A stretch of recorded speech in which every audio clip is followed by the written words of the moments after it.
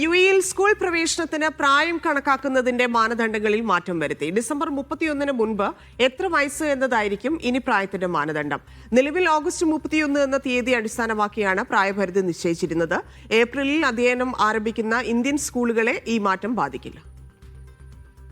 യുഎഇയിലെ ദേശീയ സിലബസ് പിന്തുടരുന്ന സ്കൂളുകളിലടക്കം ഓഗസ്റ്റ് 31 പ്രായപരിധി നിശ്ചയിക്കുന്ന ദിവസമായതിനാൽ സെപ്റ്റംബറിന് ശേഷം ജനിക്കുന്ന കുട്ടികൾക്ക് ഒരു വർഷം പഠനം നഷ്ടമാകുന്നുവെന്ന പരാതി യുഎഇ പാർലമെന്റായ ഫെഡറൽ നാഷണൽ കൗൺസിലിൽ വരെ ചർച്ചയായിരുന്നു. ഈ സാഹചര്യത്തിലാണ് പ്രായപരിധി നിശ്ചയിക്കുന്ന തീയതി ഡിസംബർ 31-ലേക്ക് മാറ്റിയത്. പ്ലേ സ്കൂൾ പ്രവേശനത്തിന് കുട്ടികൾ ഡിസംബർ 31-ന് മുമ്പ് 3 വയസ്സ് തികഞ്ഞവരാകണം. KG1 പ്രവേശനത്തിന് 4 വയസ്സും KG2-ന് 5 വയസ്സും തികയണം. 1-ാം ക്ലാസ്സിലെ പ്രവേശനത്തിന് 6 വയസ്സാണ് പ്രായപരിധി. ബ്രിട്ടീഷ്, ഫ്രഞ്ച്, US കരിക്കുലം സ്കൂളുകൾക്കും ഈ മാനദണ്ഡം ബാധകമായിരിക്കും. എന്നാൽ ഏപ്രിലിൽ അധ്യയനം ആരംഭിക്കുന്ന സ്കൂളുകൾ നിലവിൽ പിന്തുടരുന്ന മാർച്ച് 31 എന്ന മാനദണ്ഡത്തിൽ മാറ്റമുണ്ടാവില്ല.